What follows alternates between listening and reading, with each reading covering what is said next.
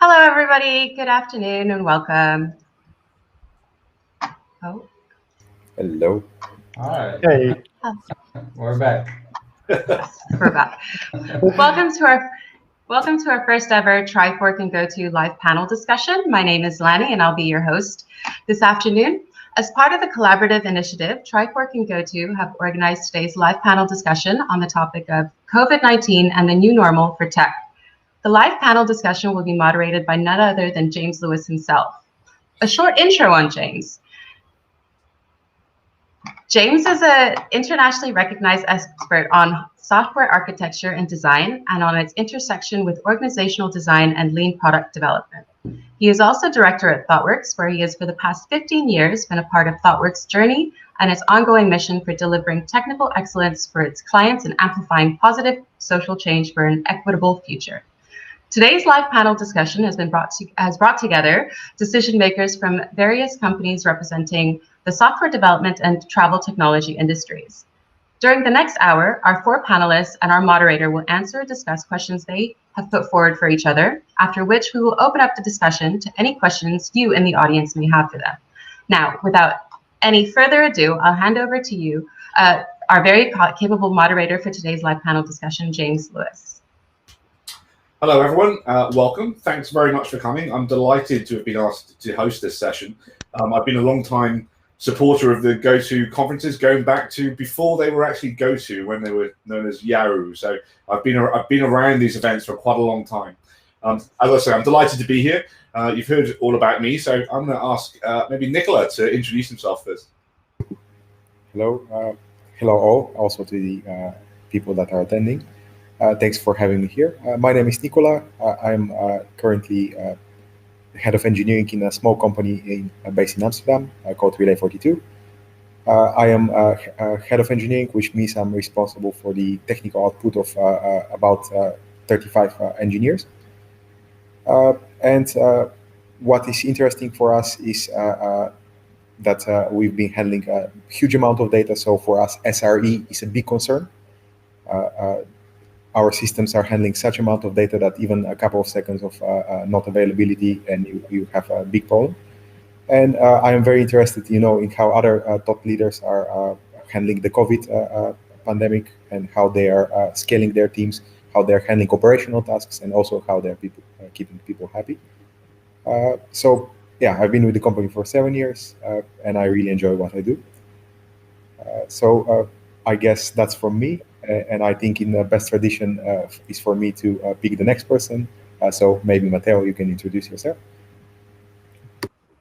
Hi, thanks, Nikola. Yeah, my name is Matteo. I want to thank you again, GoTo, for having me here. I'm a senior engineering manager at Booking.com. I joined the company 2 years ago, after a journey of 2 years in Tokyo, Japan. Before, I've been working in the industry always as a manager, software developer, test engineer for around 14 years. My background is applied mathematics. And, I don't want to take more time to talk about myself. I'll let Marcel to go on and introduce himself. Okay, thank you, Matteo. So I work for Trifork. I'm Chief Commercial Officer of the Amsterdam branch. I haven't been with Trifork for very long, to be honest, only 2 months now. I have been working in the software and IT consulting industry for over 20 years, mainly on the customer-facing side, so usually in sort of a commercial role as well. But I have witnessed quite some changes, I think, in society in general due to tech, and that's what we're going to talk about here. And then for me, I think Pavel, you're the last one to introduce yourself.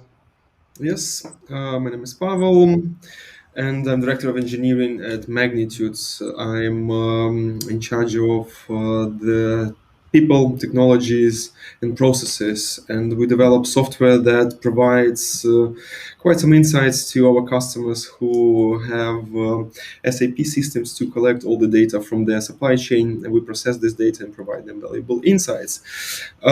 Still new to this company, 7 months since I started.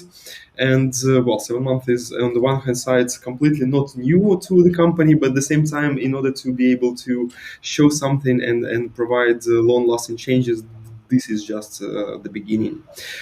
Yeah, I think that's it. James, back to you.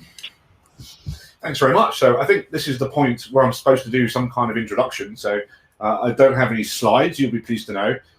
Instead, I'm going to offer you a few of my observations as to where we are. So obviously the topic today is the new normal for technology companies post the COVID pandemic. Hopefully we're coming to some form of end of that hopefully in 2021. Certainly we're seeing good signs in the UK for that. But of course it's been a really strange year. I think pretty much everyone will agree for everyone. And some of the things I'm kind of interested in is, but I've got two hats on here. I've got the facilitator hat, but I've also got my, operational ThoughtWorks hat. ThoughtWorks is a professional services company. We're used to being on site with our clients most of the time. So it's been a huge shift for us, moving away from that model and moving towards working from home the entire time. I guess one thing I'm particularly interested in from an intellectual perspective, and we've got a mathematician on the call, so that's awesome, is this idea of complexity and complex adaptive systems. I've been doing a lot of talks around what makes effective companies and how are they organized. And in some ways, they're organized the same way as cities. So cities thrive when they have these social networks that are connecting people. That's really where you get the benefits of things like higher innovation in cities and wage growth and all these interesting things. And it's the same in effective organizations. If you look at the Amazons of the world, they're organized in loosely connected networks. So I'm interested from an intellectual perspective.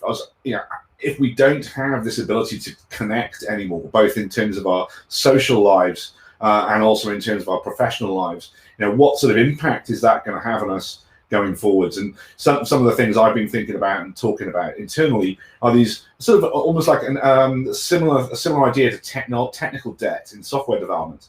But this idea of sort of cultural debt that we're building up, how do we keep our cultures going in our organizations? And also intellectual debt, in knowledge work, how do we ensure that we're still sharing, we're growing people, and we're making sure people have an interesting intellectual home as well. So those are sort of some of my observations at the moment. But I think you don't really want to hear what I'm going to say. We've got some great brains here. So I'm going to hand over with the first question to the panel. Nikola, if I could ask you first, how has the pandemic, and in particular, I guess, working from home, affected your and your team's performance, or has it at all? Well, I would say that it definitely has affected us, but you should also know a bit of context about Relay, is that since even before the pandemic, we were very open to remote work. So we don't have exact statistics because back then nobody was counting. But even before the pandemic, most of our engineers were spending at least 1 or 2 days a week of the working week away from the office. So we were prepared in terms of tooling, I would say, in terms of practices that we are following, in terms of stand-ups being inclusive also for people outside of the office. With just a screen and people are just appearing on the screen. So that didn't, like, the rhythm of work didn't change so much. But what did change is indeed the things that on which you want to put emphasis on, the things that are important for you as a manager, are becoming slightly different.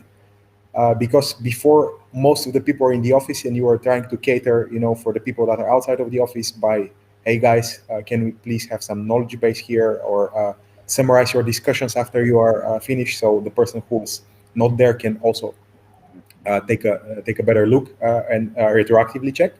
And right now, this has become one of the most important things. In the past, you were just emphasizing it, but right now, this async way of communication has become super, super important, especially since we are having also our first onboarders So the first time when we were onboarding somebody remotely happened during the COVID pandemic.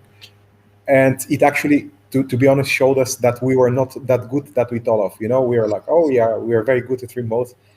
No, you're not, because now you have people from different, places of the world just for the first time seeing your code base or your, like anything, like even getting to know your company.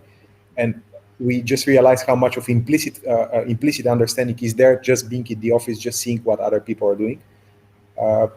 So it's really important for us that we continue, emphasizing on the communication, and also we have to put a lot more into people just feeling part. Like this is all about operational concerns, but right now as a manager, you also have other concerns. People are feeling burnout, people are feeling disconnected, disengaged. So it's just for us, it just put an emphasis on different things. We always had the same things, but now it turned it around. So that's more or less my initial view. That's great, thank you. How about yourself, Matteo? How have you sort of been affected, you and your team? Yeah, so for us, I would say performance-wise, we didn't have any negative consequence. I have to say that, more casually, but in 2019, we started a transformational journey, cultural-wise, within my track, which helped. Track is the jargon that we use for my organization in Booking. So that helped us quite a lot to prepare for the pandemic, but at the time, of course, we didn't know that we would have had, this situation in 2020 and 2021. I hope that's it.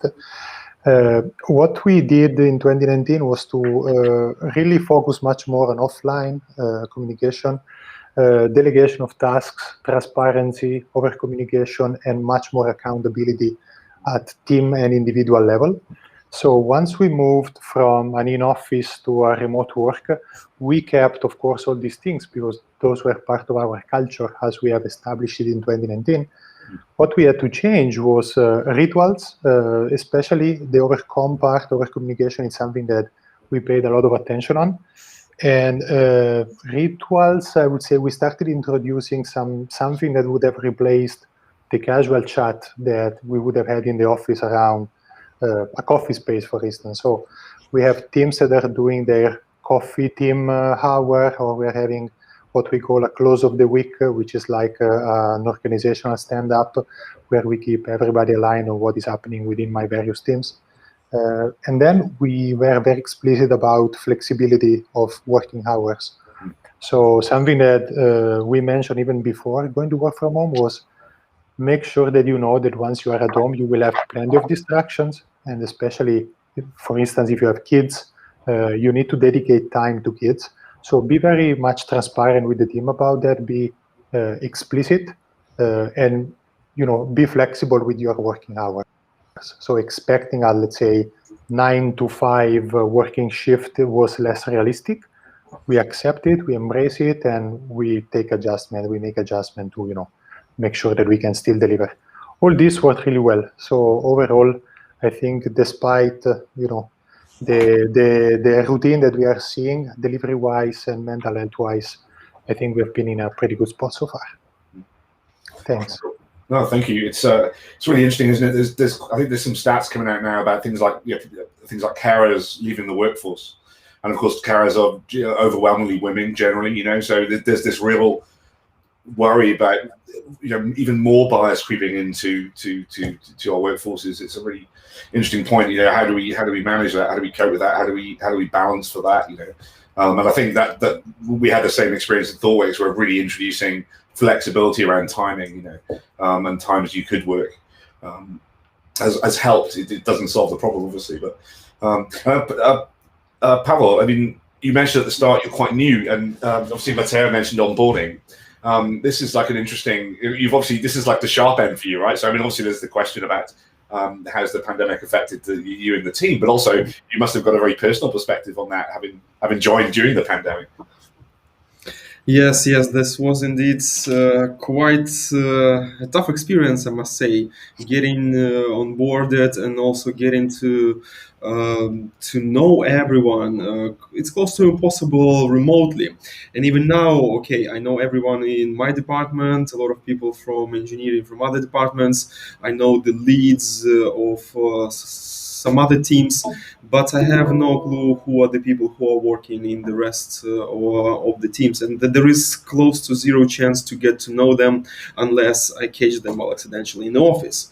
But it is also impossible as a part of a global organization anyway, so you don't have an opportunity to get to know other people.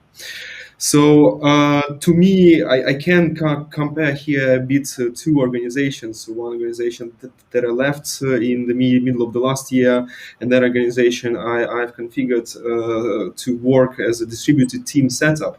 We had engineers in 5 locations, and essentially when excuse me, when COVID lockdown started, not a lot was changed then. We had already distributed setup, everyone knew how to work remotely, and I don't think there was any impact on performance, on particular team performance. Of course, you don't come to the office and don't see your colleagues. And it was completely different at my current workplace, where all the teams were co-located. And this was a major blow, obviously, when a team started to work from home, because then suddenly you don't know how to communicate to your colleagues remotely. You just have no skill, organizational or personally, how to do that. And this was a major change. Luckily or unluckily, I missed it because, well, I joined in August. So when I joined, the teams already knew how to do some of the things. I put some additional steps to mix the teams so they're not collocated and completely excluded.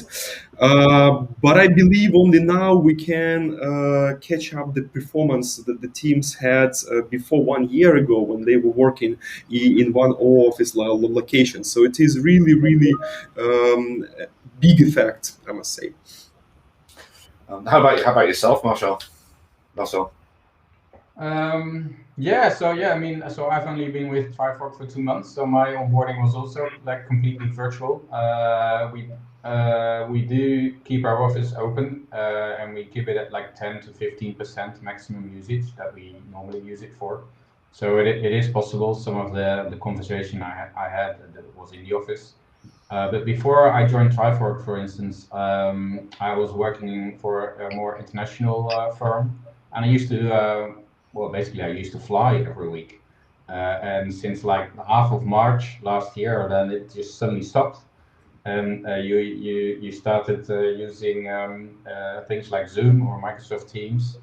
And I imagine that the need for flying internationally just for business related meetings is going to be so much less. I mean, at least if I look at myself, yes, it's necessary to meet people in person, but not so often as we used to, I think. So it's going to be the mix is going to be different, which hopefully does have a positive impact on the climate as well.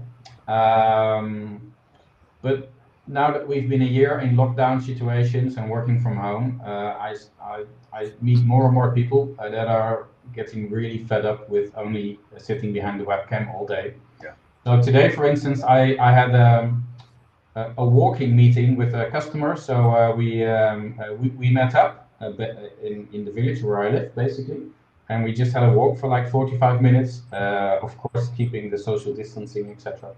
And that's really nice. It's just a very nice way to still meet. And hopefully we can start behaving again soon, like we're used to. I think we all need it. Yeah. It's super interesting. Like I never thought I'd miss airports. But it turns out, I don't really miss them, to be honest. I mean, it's especially if you already know people, then it's just as good meeting them online, and maybe like once every 3 or 6 months, it's good to meet in person and have a coffee together or a beer or lunch or dinner or whatever. But for the rest, I think it's fine. I think just to make an observation before we move on to the next question, maybe. But one of the things you said was around, not traveling so much. Well, we had a global workshop 2 weeks ago to put together the next issue of our technology radar.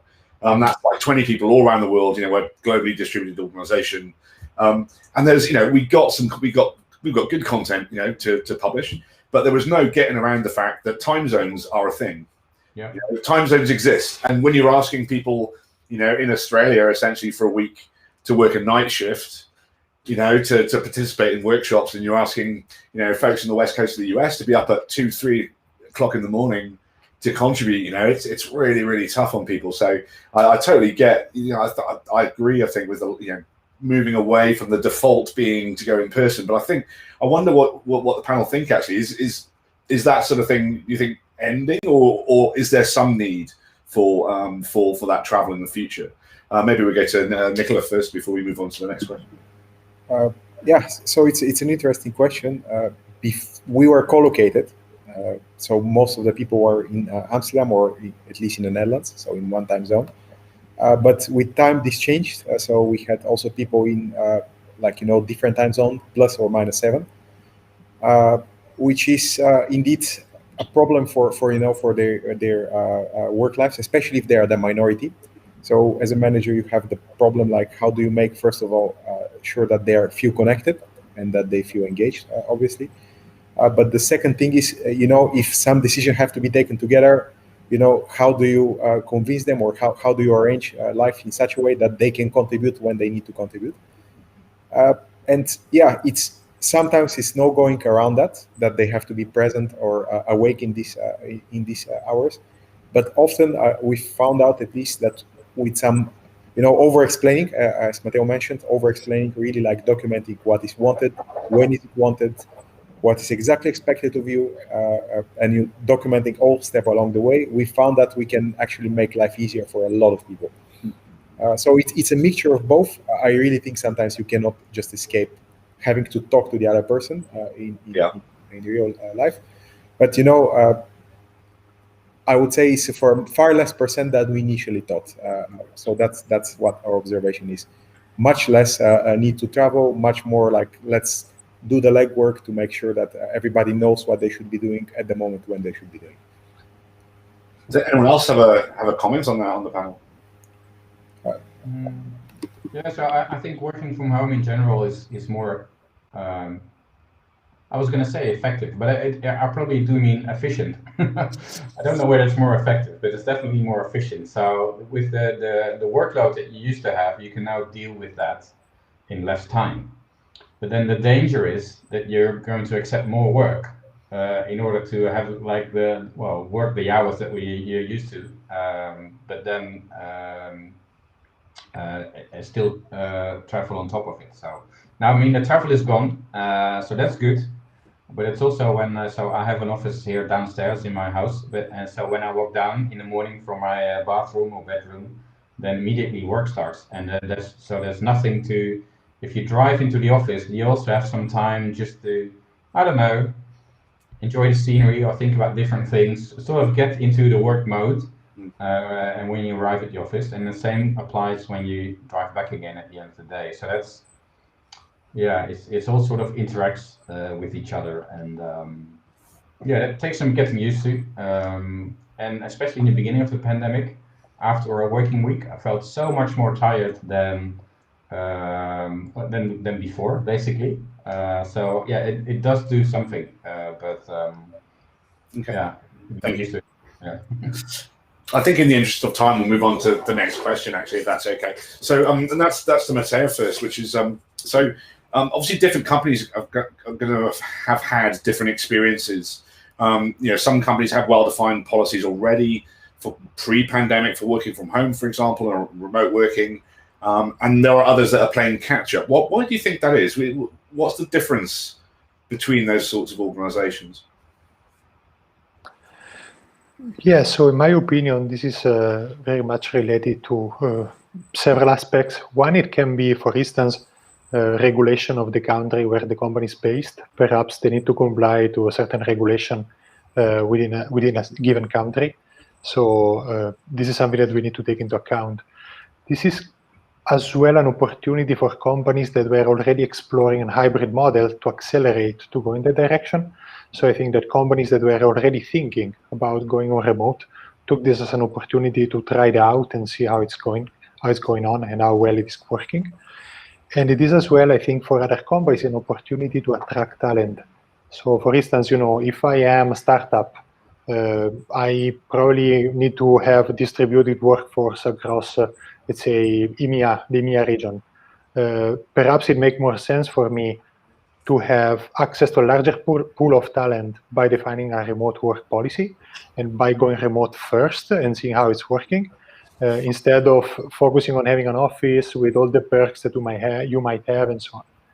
And this is related as well, in my opinion, to costs, like the cost of creating an office, building it up, all the different setup for each employees, potentially the kitchen, and the cafeteria providing food, and all the other perks that companies are providing. This is costing quite a lot.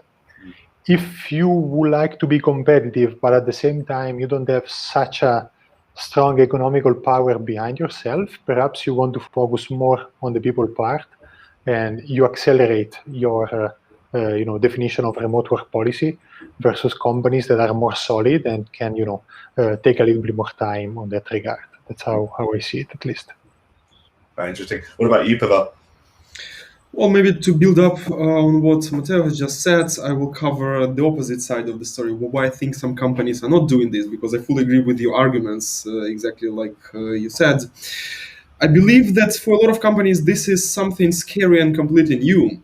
Through the years and years, we got used to work in the office. So all the management and leadership, they know how to deal with this situation. They know how to build companies, how to run companies, how to control people, if I might describe it like this. And certainly in engineering, it's been the case. And now suddenly this is scary, unknown, and a lot of people just don't understand why do they have to do it like this. It's just, why? You can continue doing things the way you're doing. There are, of course, obvious or not so obvious benefits of co-locating people. Some say that teams are more creative and they can create better solutions if they communicate together. I think Steve Jobs from Apple was famous saying this, what are cooler moments and creating them.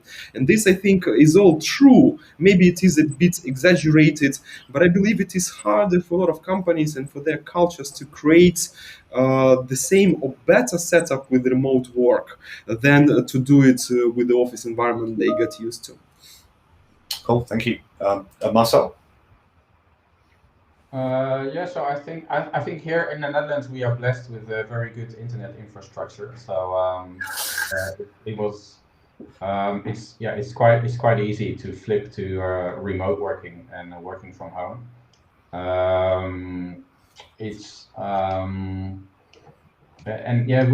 We got used to it fairly.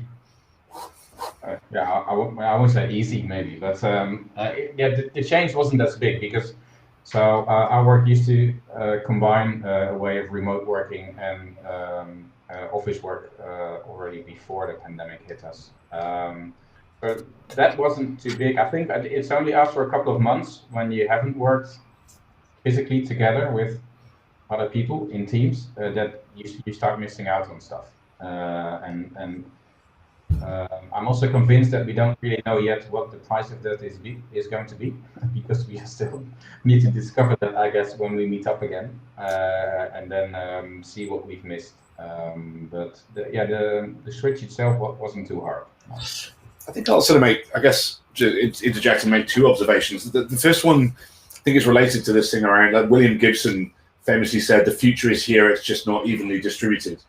And I think there's a part of that going on with people's experiences of working from home and I know some of my colleagues have vastly different experiences to me working from home than I do. I'm sitting in my nice little office at the bottom of the garden, with my nice multi-monitor setup. Then I've got colleagues who are just starting their careers who are sitting, on their bed, or were initially, not anymore, we've provided stuff for them, but, people sitting on their bed for 12 hours a day, and then going to sleep in it. It's very, very different depending, I think, on where you are in your career, and also, I guess, where you are in the world as well. I guess that's the first observation. And then the second one was around this idea of, offices, and, when you have an office, it's going to have a ping pong table, right? Because every tech office has a ping pong table. Every tech office provides, snacks and food and all those little benefits that you tend to get. And I wonder what it's going to do to corporate culture when you take all that stuff away. Like that's, what other things that people are going to decide to join organizations for in the future? If it's not going to be for the nice office space potentially. It's not going to be for those sorts of perks, right? Because it's a baseline and the baseline's gone. If everyone's working from home, what are the new perks? What are the new things that are going to delight people, if you like? Anyway, it's just a couple of observations. Nikola, do you have anything to add to that? Well, I'll start a bit much like what is important for me might be slightly differently for some team member. Yeah. For example, for me, the open office was a huge distraction, and it was a very, very big and very important step for me to take the best noise cancelling headphones that I could find. It really, really changed my quality of life in the office. And it's also a sign that you have to be in the zone. And if you're in the tech work, if it's difference between a manager and also a tech worker. The tech worker needs to be in the zone for at least a couple of hours per day in order to feel productive. And manager schedule is like a meeting here, a meeting there, a meeting here, a meeting there. And I think that also the way that this is two different ways of approaching work and what you're doing at work is also different how you deal with the perks. For me, the ping pong sound during lunch or even sometimes during normal time was a major distraction. So I found it. I needed to have a focus day or focus days where I have to do some actual work from home. With the pandemic, of course, I became much more productive. But we see the opposite for other people from my team or my colleagues, which are communicating in a different style. For me, not everybody has to be exactly the same, right? And they communicate much more informally. They even talk about work during the ping pong game, for example, or we had football table. So yeah, different people miss it at a different moment. But I think the most important thing at a company, if you just sweep away the perks, is that the job is interesting and fulfilling. Like at the end of the day, you just need a job. It has to be challenging, fulfilling, and you need to know that you're making a difference. And that's always like, whether it's remote, whether it's in an office, whether it's in cubicle even, I don't recommend, but probably there are some people that still do that. The most important is that you feel like you're making a change, right?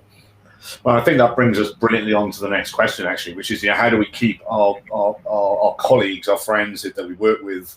How do we keep them healthy mentally? How do we keep them happy? How do we make sure that they're still, still want to be a part of our teams? What's the any thoughts on that? I guess we'll start with you, Pavel, maybe. Yeah, so I'm still trying to get good answers to these questions. This is, well, I don't think there is one size fits all here, unfortunately, and there is no handbook. You do this and suddenly all your engineers are mentally healthy. Some of the things that I'm working on right now and doing, helping everyone to get a proper workplace at home. Not everyone can have it. I understand it's tricky. What we did is we helped deliver monitors, tables, chairs. Again, it doesn't apply to everyone, but at least if you have a place to do it, here is your proper workplace. In the first month, a lot of people were working from their couches. Obviously, you cannot sustain that. It will not be good. Another thing is, of course, a lack of this relationship and seeing and feeling other people. And we try to replace, how to call it in English, the Friday oral, the drinks, drinks. But it's not really working outside of smaller groups. Or on the normal drinks, you can go and chat one-to-one with everyone. On the big group, 5-6 people, you are most of the time listening to whoever is talking. So here, I don't have a solution here how to actually replace that by to do it in the smaller groups. Somebody mentioned today flexible working schedule, and this also helps a lot, especially for parents who have children and at the time when they needed to be schooled at home. I also promote for people to take a day off, a sick day, when they feel a bit overwhelmed or too pushed and they feel like they are a bit over the edge, just to take it, no questions asked. Everyone needs it from time to time, and especially when you work from home, when you have your partner, your children, your dogs and cats all over your head. And facilitate feedback. So I try to get for people what they think, and this is extremely hard for me, because having started remotely and not having really personal connections with everyone. And I'm still trying to find out what is the best way of doing this remotely with people, how to facilitate and promote this rendered open feedback to each other, but also to a bit more openly tell when things are not going well and we need to improve something. So if any of you have better ideas, please tell me. Well, I guess we'll ask Marcel next. Do you have any ideas on this? Well, I mean, I think the obvious thing is to acknowledge that it's there and at least talk about it and address it. But what, so between all, so the Friday afternoon drinks, for instance, Pavel, interesting alternative to do is like to run a pub quiz, for instance, and make people or divide people in smaller teams. Or what I also did once is an online escape room. So it keeps it a bit more challenging, a bit more fun and energetic, because just sitting down with a drink in front of you and trying to have some small chat with it just doesn't work. So I think we need to come up with different alternatives to keep it energized as well, because otherwise it doesn't work. So how do you do that at booking, Matteo? So for us, of course, I'm talking about my experience now, but for us what worked well was, again, the culture that we established. So, a culture that has been very bottom-up and people-centric. So, from day one, I wanted to hear concerns from anyone in my organization to understand what we should have done, or myself or their direct manager and so on. So that helped us quite a lot. Another thing, and I agree with Pavel, is the fact, that we need to make sure that people understand they should take time for themselves if it is required. So mental health for us is very important. So we are really encouraging people in the team, like, if you feel that you need time for yourself, just let us know. Take half a day, take 1 day, and that's it. And we'll readdress, regroup and readdress the status later on. But usually has been working well so far. I agree even with what Nikola said before, which is the type of job that you have. So, working on meaningful project for us, at least we discovered that is keeping people very much engaged. I have been always stretched on the concept of self-discipline, about self-motivating yourself and keeping yourself engaged. At the same time, from a management perspective, I need to make sure, that if there is some problem, I am addressing this. A couple of practices that I have implemented were to, every end of the week, I was openly talking about any topic that people wanted to discuss in front of the whole organization. Any topic can be, company confidential information or whatever that can be related to someone specifically. That helped quite a lot. And on the other one, we were doing some extra work activity, like Pictionary session, or at some point we were doing every week, we were posting picture of the food that we were cooking in the weekend. So to keep the things a little bit more various, so that people can, have this feeling with the rest of the group that was not only working related. I think that's a really important point, Matteo. How do you avoid the transactionality that comes in when you're just on the temptation is to start a Zoom meeting and just dive straight into what you're going to talk about. How do you avoid just doing that and just having transaction every day? Nikola, have you got any thoughts on how do we keep our people feeling good? It's I guess it's I don't not remember who said it, but there was the one size doesn't fit all. Different people have different purposes as a manager, it's up to, or your guys that if you have managers under you, you need to make sure that they understand what your people are all about. So some people are very task-oriented, result-oriented, and they would actually really require you or expect from you to go to like 1, 2, 3, 4. Let's be done with this. They are not so much for the like any kind of attempts to, it can be perceived that somebody's trying to make us socialize, like force us to socialize. So this is one type of engineer, right? And you should know that these people exist. They're actually very often, from what I've seen, very, very many engineers are like this, and I myself lean on that side a bit. And then there is, the more social engineers, and you need a healthy mix of those as well. For them, you need to discern that they are more social. You need to discern that they get their best work out of communicating, collaborating with others, maybe pair programming with them, maybe mix them to participate in group projects rather than one-off tasks. And then there is the people that see a bit more of the big picture. These are like, let's say, your rebels. You need to know that their suggestions are being heard. Sometimes it's maybe some suggestion that you can incorporate. For example, I like the Ask Me Anything that Matteo is doing, like on Friday. Maybe somebody suggested it. Hey, why don't you ask Matteo like uncomfortable question about the company? And that might help. So you should make sure that these people are being heard. And then generally, you should just know what people are about, right? So that's the pleasure of the job. And that's why not a size fits all. Thank you. Yeah, I mean, it's interesting the sort of things that we've been doing. This resonates really with me and the team in ThoughtWorks, I think, because things like our leadership team will do Ask Me Anything they'll do breakfast drop-ins and this kind of thing, where they'll just be available for people to drop in. I mean, I think there is a danger of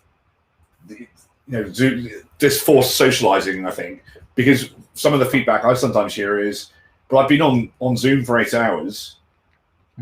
Do I really want to? Yeah, I like you, but do I like you enough to spend another hour, chatting at the end of the day?" Which is kind of an interesting thing. I do have a question, I suppose, which is a bit more future oriented, which is, what does the future hold for us? Right, we're all in quite different organisations, but we're all sort of very heavily knowledge based, technically focused. What does the sort of week look like next year? Say when the clouds have blown over and the blue skies reappeared. I guess maybe Marcel, what do you see happening in your organisation in the future? Well, what I see happening is that the office is going to be more of a social meeting place, I think. And of course, there are going to be work areas where you can do some focused work, and where you hopefully don't need the noise cancelling headphones to get to your work done. And I think people will definitely stay have the mix of working from home and working in the office is going to change. So people will continue working from home on a structural basis if they didn't do so before. Maybe 2 days a week, 3 days a week, whatever suits best. And yeah, therefore the office will be more a social interaction place, I think, and less for focused working. Yeah. Cool. Nikola, maybe back to you on that. Does that resonate with you?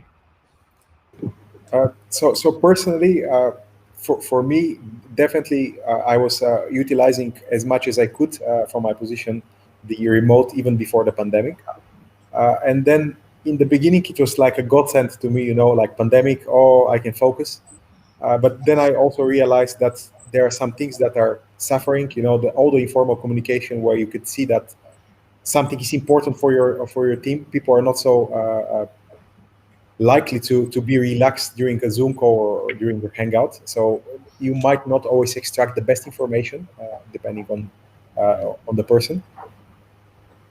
If we're talking about like how I see in the future, I think indeed both options should be available because people want to socialize, people want to also have the focus time, and you should probably in a way make sure that they know that this is that both things are optional and equally important, and that you give them the trust to self-organize and decide what is the time when we all collectively go to the office, and when is the time when, me and you just go to the office for an informal chat or maybe just for a walk. Yeah. Versus, let's have our flexible time and just do some chores at home as well. Yeah. How about you, Matteo? It's a great question, So for me, if I look at how I would like to see the next step, industry-wise, I would like to have a working model which is a little bit hybrid, which is including working space that are like working space similar to what we have, let's say, today in WeWork. And at the same time, we keep the flexibility about remote working. I think that one of the things that people are missing the most at the moment is the social interaction. I think as well that remote work at the moment is working pretty well, at least for us, because everybody is remote. So, I've been in the past in previous company where I was the only remote, let's say, compared to the rest of the team, and that was a quite disadvantageous situation. So, going back to the office and having like 4/5 of the team in the office and one person offline regularly, even if it's not the same person, can affect productivity. Probably, I don't have data point to say it will, but there are chances. So I would like to see a future which is a little bit hybrid on, working space and remote work. Industry-wise, I would like to keep seeing events, for instance, like this one that are happening fully on remote. This is because, usually conferences and events like this are bringing people together. At the same time, I've noticed by attending many virtual events that people are more open to ask questions when you are on remote. There is a lot of more higher participation from the audience. You cut costs on the venue, you cut costs on the food, you reduce waste in general. So this is something that I personally like, and I would like to see the industry moving on that, and I think there are good chances that will keep evolving. That's a great observation. Pavel, have you got any thoughts on this as well? Well, let's see if I can add anything to what has been said already. Great points. Maybe a bit about meetups. I agree with you, Matteo, and this is indeed new experience. I just had recently a couple of discussions with people who say, well, we miss old school meetups with people on the floor, with beers, with pizzas, because this is essentially, it's easier to learn virtually and ask questions, but it's much harder to socialize and to get to know your peers. And this also made me thinking that actually I'm so looking forward to get back to, normal life. I don't think it will be normal like it used to be before, at least 100%. But to get these experiences where you can get to know people, it's almost impossible to do it remotely. Yeah. But then if I go to the office, I'm not sure how the offices will look like. And I think everyone is now trying to find what is this right magic formula that will work for everyone, because then, you can earn a lot of money. I think that different companies will go different ways, and most companies will do something hybrid with the problems that were already described here. How do you keep this one person who is away to be included in the team and not excluded? And I don't have a solution here, unfortunately. I would love to have, but I don't. I think it's interesting. I mean, what I've written down here is it feels like we're talking about being very much more balanced around, both in terms of things like environmentally. So environmentally balanced, we're not traveling so much. But maybe choosing the things that we're going to much more deliberately and not sort of just by default getting on a plane. Similarly, not by default going into the office. But there is, I mentioned at the start of this idea of, I think, cultural and intellectual debt that we're building. Another way of looking at that is the productivity gains that we've sort of got at the moment. In a sense, we're stealing productivity from the future, right? Because there's a whole generation of younger engineers, yet less experienced people in the industry. And if I look back on my career, I relied on those conversations and just overhearing my tech lead talking about something and drawing, maybe I'll go and listen to that. All those sorts of things, which aren't happening. I do think that's quite, honestly, it's an existential problem for knowledge work if we're not bringing, the younger engineers on the same journey that we had, So I'm fascinated to how it's going to turn out. I think we've got sort of 10 minutes or so left, so I thought maybe we could take some. We didn't get through all your questions, lovely panel people. So apologies for that, but they were great. So thank you. But we do have some questions in the chat. So the first one is around, I guess, a technical solution to some of these things, which is, is anyone here or the companies we work for considering virtual reality or extended reality as a solution to bring people together? Just open question. I can go. So we didn't explore this during remote times. At the same time, when I was in Tokyo, we organized a full organization outing around virtual reality, and that was amazing. It was absolutely amazing. So I think this is a good suggestion that is coming from the audience for myself to look at this, to do it even for the team here. I mean, I was lucky enough to speak at I can't pronounce the name of the conference, I'm afraid. It was the online GoTo conference that happened a little while ago in February. GoTopia, there you go, just about get it out. And they sort of partnered with a company in London, I think they're called CodeNode, and they had like a virtual office space, which you could sort of appear in as an avatar. You weren't in VR, but I can imagine that as the next step, and actually being in those spaces, making it halfway between, if you like, the face-to-face conference and just listening to people lecture you in essence. And anyone else got any thoughts about VR? No. Well, I can say quickly maybe that I think, I would love to use VR to organize remote work. I don't feel that this is something that can go mass scale production and already usable for all the companies. It can be something that you can use for a party, for maybe one meeting, but I doubt this is the solution that can work for daily remote work for teams, unfortunately, because I would love to have it. I hadn't thought of that. It's like similar to that, the single system problem we see, right? I see as a consultant quite a lot, where you've only got one of this really expensive bit of kit, so you can't do any testing on it because you've only got one instance of it. It's a bit like that, isn't it? You should maybe favor more cheaper bits of kit rather than if you can't scale the thing to everyone, then maybe it's not going to be a workable solution. So I guess I've got another one here, which is, what is one thing that you adopted during COVID that you plan to continue doing in a post-COVID work environment? Less travel. Definitely. If you do need to travel now, at least here in the Netherlands, there's no traffic jams, so that's great. Yeah.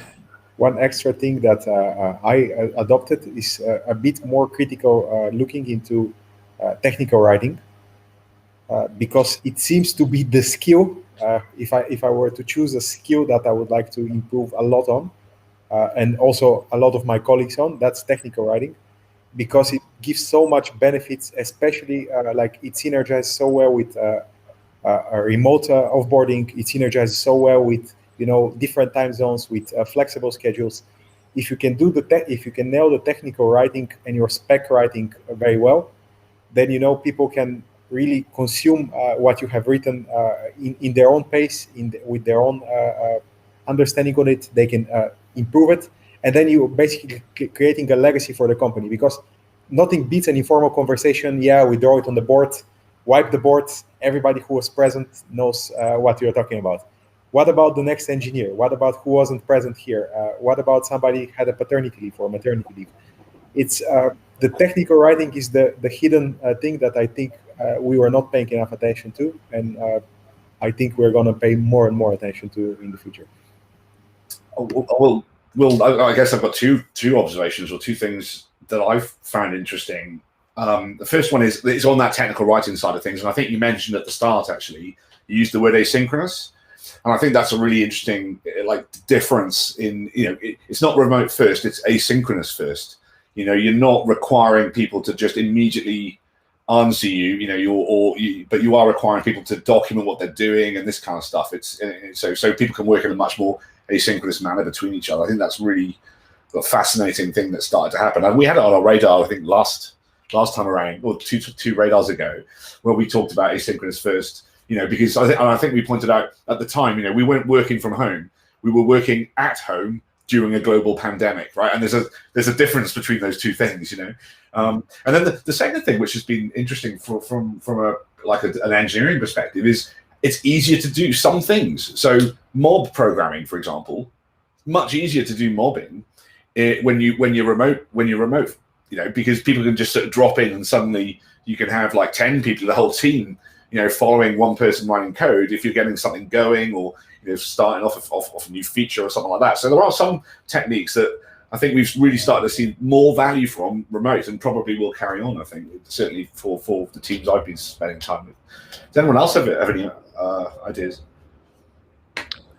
No, I agree with what you said, guys. And for us as well, it's very much about asynchronous communication, asynchronous feedback, which led us to reduce the amount of meeting and to increase the efficiency of meetings too. This is something that we have seen clearly in this year, and we want to keep going in that direction. And then, as I said before, for us, I think this close of the week moment where everybody in the organization can really come and speak up about anything in front of everybody and ask me any type of question is something that we didn't have before, so at least not so explicit. I think it has been working well. We'll keep it. And I just realized there's another thing that I've personally been experimenting with for meetings, which is the sort of Amazon style memo writing.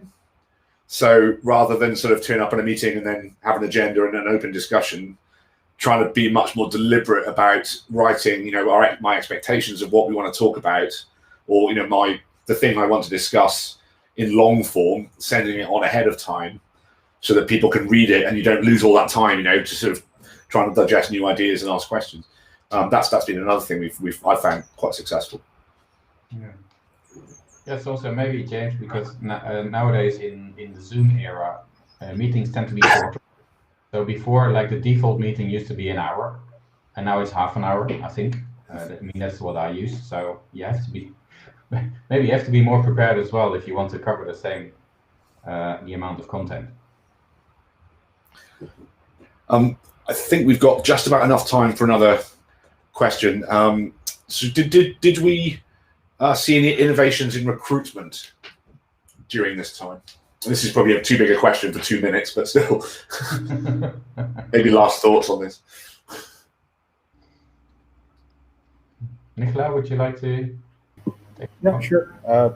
So innovation, I wouldn't say innovation, because what is innovation? I would say we definitely try to improve our game in recruitment, so it's more like an upgrade. We are trying to, we are working, first of all, a bit of context, we are working, we have our own recruiters, so we are not working with recruiter agencies, so we have dedicated recruiters. So before, it was very often the case that when you are looking for a position, you schedule some time with a recruiter, and then you explain exactly what you're looking for, what seniority, blah, blah, blah, blah.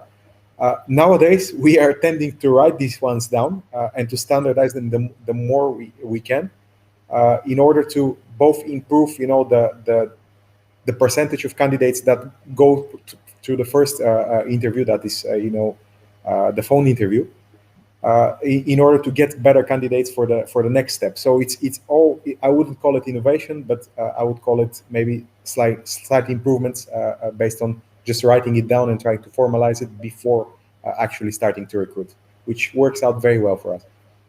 So more streamlining then, yeah. Yeah. Okay, well, I think we'll sort of stop with the questions and answers there. Thank you so much for joining. I guess what's been really clear to me, or what's been interesting for me, is that we've all been dealing with things in very similar ways. Actually, that our experiences are very similar across different organizations. The things that we worry about, for our people are very similar as well. So that's been really, really interesting to hear. So thank you very much, Marcel, Nikola, Pavel, and Matteo. And I guess I'll hand it over now to Lamy to wrap up. Sorry, I just had to unmute. Great, thanks, James. I'd just like to take a moment to say thank you to all of our panelists for joining us today. Also, thank you to all our attendees that joined us and made this event so interactive, and it would not have been the same without your questions. Last but not least, a big thank you to James for his great moderation. We hope that you've enjoyed this live panel discussion. If you'd like to see more of James Lewis, you can catch him at 2 of our upcoming events. On April 8th, Go To Amsterdam will be hosting a Go-To night where James will present the topic of scaling complex adaptive systems. This educational and inspirational talk will also be paired with a Q&A, so be sure to sign up. I will post the link in the chat. And if you're US-based or typically get to bed late, be sure not to miss James as a keynote speaker at Gotopia Chicago 2021, which will be happening on the 20th and 21st of April. The links will be posted in the chat. Last but not least, we just wanted to let everyone know that there is a new edition of the ThoughtWorks Technology Radar that will be coming out soon, so be sure to keep an eye out for it. We do hope to see you again at a future event of ours. Thank you all once again, and have a great evening. Thank you. Thank you so much.